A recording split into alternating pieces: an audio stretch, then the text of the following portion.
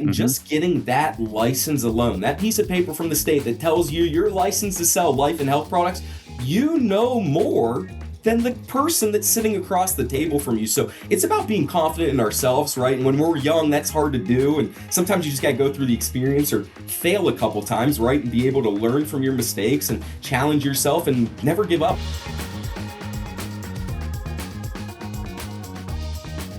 Today, I have got Brendan Moss-Taller.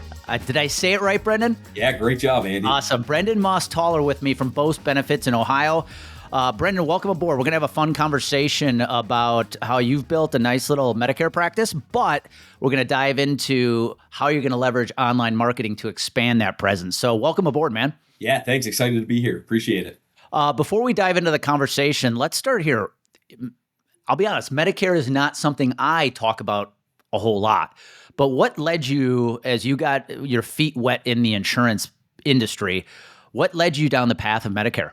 Yeah, it's a great question. I mean, how I got started in the industry to begin with, I only sold one product for almost 2 years, and that was life insurance. That was all I did. Final expense in particular is where it was really focused. So I was sitting with a lot of people 55 and older. That's what most of my, back in the day, almost 12 years ago, mailer lead cards were, right? Where everything was still kind of coming in through the mail and getting sent out that way. Boy, gone are those days now. But that's where everything was coming in back then, right? Life insurance in particular. I expanded into some group benefits for a little while. And that's kind of how we initially connected in the online space as well, where I was expanding, trying to meet some other people, get into the HR pockets with some people as well, too. And really one of the biggest concerns that I kept hearing time after time again in the HR world was when people were retiring, where to send their seniors, the questions on things like late enrollment penalties, Part D, is it credible coverage? What do they do when they turn 65? Hey, we want to get them off our insurance. They're raising our rates up, but at the same time, we can't go tell them to get off the insurance. What do we do? How can you help us out? And,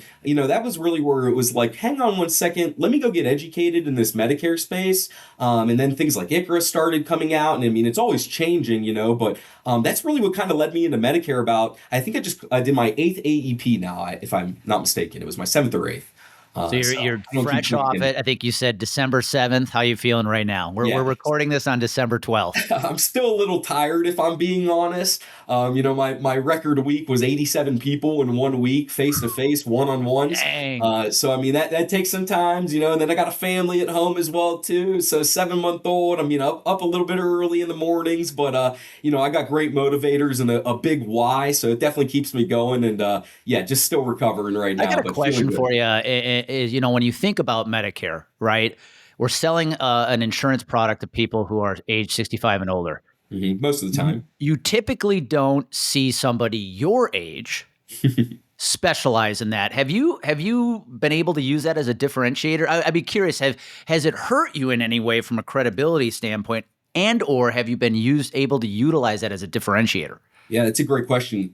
Actually, that was probably one of my biggest things when I first got started in this industry that I felt was a roadblock for me, right? I kept coming up. I mean, when I got into this, I was 18 years old. I mean, my first sell as soon as I turned 19 back in 2014. And I mean, I've been off and running ever since, again, now being in my 12th year doing this, so now that I have the years of credibility, it's a little bit easier to establish that. But that was definitely an obstacle that I had to overcome earlier in my career. And I think the easiest way that I did it, the biggest way, once I got people to listen to me, was educating them, letting them know that I knew something that they didn't in this area, right? They might know something more than me in other areas, maybe life experience, a lot of them would say, right? But Medicare or insurance in particular, when it comes to life and health, this is what I know. This is what I do. This is where I have my license. I've been fortunate to be licensed in 17 additional states, right? So a lot of things that I did to build my credibility, and I just made sure to talk about that with people. I always tell some of my other advisors that I work with, don't be a silent agent.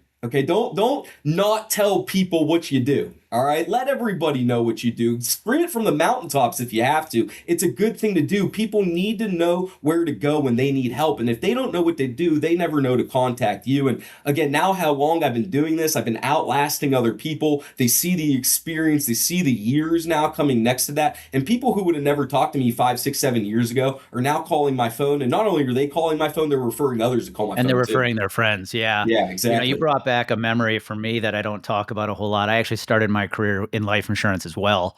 Nice. And I'll admit I was probably a failed life insurance salesman, Yeah, we all but got to fail, right? First I attempt in can learning. I can still remember, when I started in '02, it was all about these orphan policies. These are policies that are still in force, but nobody has really managed in a long time because the Okay. agent left or whatever. Yeah. And so we were handed these orphans, and I can still remember this orphan I took with my sales manager. We went out to meet this guy in Wisconsin where I was working, and it happened to be a doctor making a boatloads of money in his 60s who had like $700,000 in cash value in this thing. Wow.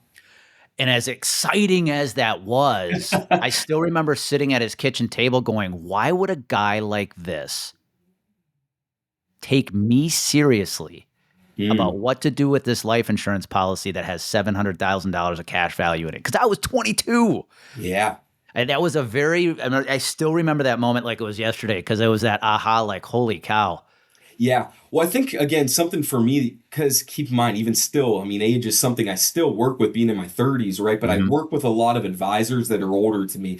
And something that I do try to let them know when they're out there, right? Something that I think they lack when they first come into this business is confidence. Right. And Mhm. just getting that license alone, that piece of paper from the state that tells you you're licensed to sell life and health products, you know more than the person that's sitting across the table from you. So it's about being confident in ourselves, right? And when we're young, that's hard to do. And sometimes you just got to go through the experience or fail a couple times, right? And be able to learn from your mistakes and challenge yourself and never give up. I mean, really, that's the key. Again, outlasting people in this business. I mean, it's hard to do, but once you do it, it's all worth it. Yeah. Well, That's rewarding is. what you just said too is great advice. There's not a week that goes by that I feel like I'm not sharing that. We have a lot of health insurance clients, right? Because that was historically my background, and I constantly have to remind people that you can give me the smartest CFO who went to the Wharton School of Penn, the best business school in America potentially. When you're in a room with that CFO and talking about health insurance, you know more about health insurance than that CFO does. Yes. You have to Yes. remember that. Exactly. And so I'm glad you gave that advice. Well, here's where I really wanted to go today. You know, you've built a really nice practice, Medicare practice locally. Locally. And remind me again, where in Ohio are you? Youngstown. Youngstown. Okay. So you Yeah. built a really Northeast nice end. practice, and I'd love for you to talk about what you've done within the community to really get yourself out there. But you're in a phase where you're about to take that and make it an online presence Yes. to expand the footprint a little bit, which I love, and we're going to talk about today. But let's start with how you have been able to scale your Medicare practice from a local standpoint because of how active you are in the community.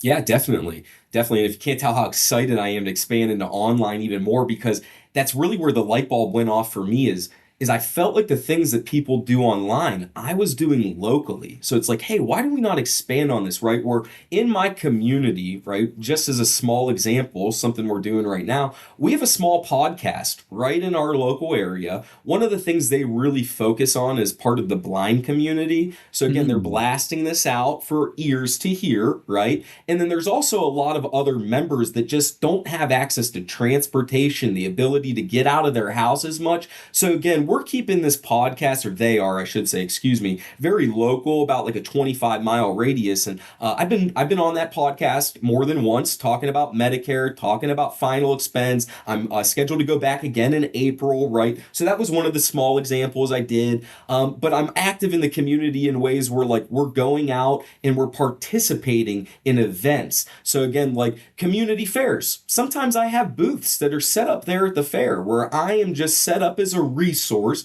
People can walk up, ask their questions at no additional cost. There's no pressure to be sold. There's no pressure to talk about any type of insurance company per se, right? It's more product specific. Ask me about Medicare Yep. questions, right? We did billboards, we did radios, we did TV commercials. But again, all local, all in the community, right? Never went outside of Youngstown, Ohio, the county that we are in. And I kept just thinking to myself, wait a minute. this is working here. People are Mhm. hearing about this. The phone is ringing. We have to get other advisors coming in because we can't control the influx of calls that we're receiving, which is the goal when you get to this phase, right? In Medicare or any insurance product that you're doing. But so it's like, why should we not expand this a little bit further? And then a little bit more and a little bit more. Now, wait a minute. Here we are in the online world today where it seems like everything is starting to move towards, right? All the things are going. And it just made sense to come out and do it this way now, where I'm putting my face on it. You're putting free content out, free educating, free resources. We are just helping people, letting them know that you're available to ask questions to, that you're someone they can trust, that's going to be there for them. And you're not just trying to sell a product, right? You're trying to educate people. That's the main goal. Because I mean, these insurance companies, they have the biggest buildings in the biggest cities, and trust me, it's not for lining my pockets. That's for sure. There's a reason they're that big, right? Yeah, And I yeah, think right. something you just said was really important that I want everybody to hear. Whether you're selling commercial insurance, life insurance, health, disability, Medicare, individual, group, whatever, it's really easy, especially if you're selling a product like Medicare, to say, well, I am selling a product. I'm a broker. But what you're really saying there is, no, you're transitioning to a consultant now, because it's, yeah, you Mhm. happen to sell a product like Medicare, but at the end of the day, what you're doing is you're educating your local market, which means you're no longer just the guy slinging Medicare policies at them. You're the consultant, the confidant, the educator that they lean to when Yeah. it comes to understanding what they're buying.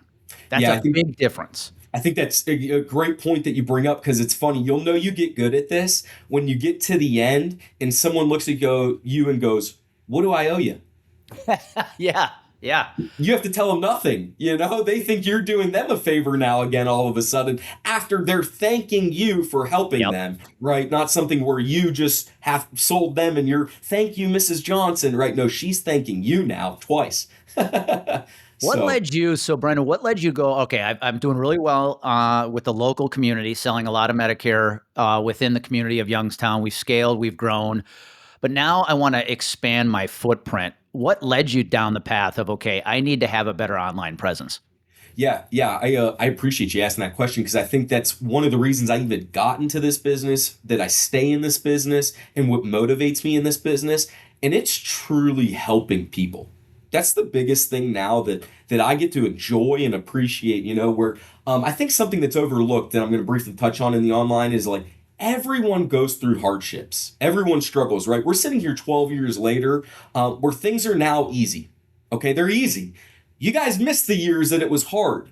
You missed the years when I missed birthday parties, vacations, holidays where I was gone out of the state, living in a hotel, out of a suitcase, sleeping in my car a couple. You miss those days, right? And everyone has a story. So go through your story because there is an end. Okay. And it's not at an end yet, right? It just isn't an easy chapter. Hardships are going to come up again. So just be prepared for those. Go face those when they come. But as I was getting out into the community more, and again going and setting up booths at these events, right? Going and doing things like hanging out at our local community center with a bunch of it's a group of 70 people, right? The same 70 people every month, but for 1 hour a month, I go in there, I hang out, we play games, we kind of mess around, we do some yoga, like all types of different things, right? And that's just hanging out. Well, guess what? About 50 of those people now come to me for There their you go. Medicare advice because they've been seeing me for an hour a month every single year. They know who I am. So again, what I was realizing is, wow, a lot of people need help. Yeah. And I know for me that I hope one day when I need help, somebody's there to help me when I need it, right? So I kind of just feel like I'm putting my good out, helping people. Again, what we do is at no cost. The insurance companies obviously compensate us. When it comes to Medicare, they all compensate us the same. So again, our loyalty is not to the insurance company. I always tell people my loyalty is to them. And when I say that, I truly mean it. And I think they can feel that. I believe Well, that's, and that's a really good point. Given the market you're targeting locally, what they probably want more than anything is time. That time with you makes a big difference. yeah. Now, when you go online, you can't give that same kind of time or that same kind of presence, but that time now becomes education. Hmm. So I'm curious, as you move to a more online presence, what platforms, what channels are you thinking you're going to leverage to really get that message out? Yeah, well, keep in mind, I work with seniors, Yep. right? So I think it's important to know your market and who 100%. you work with, right? So you're right. Some of that time that I'm going to get with them is going to go away, but the education, that important piece, is going to stay. So the two biggest platforms I'm looking to attack moving here into 2026: Facebook, YouTube. Bingo. Those are the go-tos. Yep. And I plan on attacking those hard and heavy. I don't want to overwhelm myself, especially coming into an online space where we're trying to do too much reach and now we're fumbling balls and trying to keep up, right? Once we find a good market, we get some content down, we can maybe recycle some things as we move forward, but those are the two that I want to start with. I love that you said that because, you know, since I'm ingrained in this world every day, those two are the obvious choices. But for those that are going, okay, Brendan, why Facebook and YouTube? Well, the number one age category on Facebook today is 55 to 70-year-olds, right? They're looking at Yep. photos of the grandkids. Yep. And YouTube is where you go for the how-to. Yeah. And there's a lot of how-to that people need to understand when it comes to buying Medicare. Right. And I think the stigma that needs to go away that, oh, these people aren't online, because they are. They are online. Oh, absolutely. I They watch come. my 78-year-old parents, Brendan. Oh. They're online. Yeah. I mean, right. I think we can trick ourselves in our mind a lot, and that's even part right in the confidence in us. Don't prejudge any situation. Allow them to kind of come in, talk to you, and again, keep in mind what your goal is, which is guiding them down through these confusing paths of Medicare, final expense, retirement, group insurance, whatever it is that your market is, right? You know more than them. Be confident in yourself, and don't prejudge any situation. When they pull out their smartphone, they know how to use it. Well, and I've got my phone up right now. This is where the world's attention is. And if you don't have a strategy to be in here right now, and because you're so proud of what you've done locally, right? Sponsoring the hole number 8 in the local annual golf outing and things like that, you're missing a massive opportunity being online. And again, it doesn't matter what product in this industry you sell, you need to have an online presence. The thing I was going to tell you, the number one piece of advice I'm giving people today from a content perspective, love the fact you're doing Facebook and YouTube.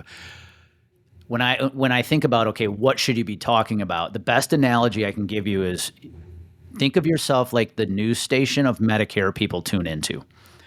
Because if you think about what a news channel does today, they share two things: stories, albeit they love to share a lot of fear-based negative stories, but stories, and timely, relevant, useful information. Yeah. So if you apply that approach with any product in the industry, even Medicare, you share the stories of what you do to help people, plus relevant, timely, useful information. You will absolutely kill it with video content, whether it's Facebook, Instagram, TikTok, LinkedIn, YouTube, but you're choosing the right channels because you know who your audience is. Yeah, I love that. That's a great way to put that. And I feel like another light bulb just went off in my head where it's like, this is more, again, keeping in mind the education part, right? We're not going to jump into this online space. This isn't to sell, right? So we've got to keep that in the forefront of our brain. It's to educate. Well, and not only that, I mean, the education piece is go at the content as if you're teaching them how to do it themselves. And I say that because a lot of people in our space are afraid to share too much, because I am trying to sell you something, right? Right. Then you feel like you're a little useless now.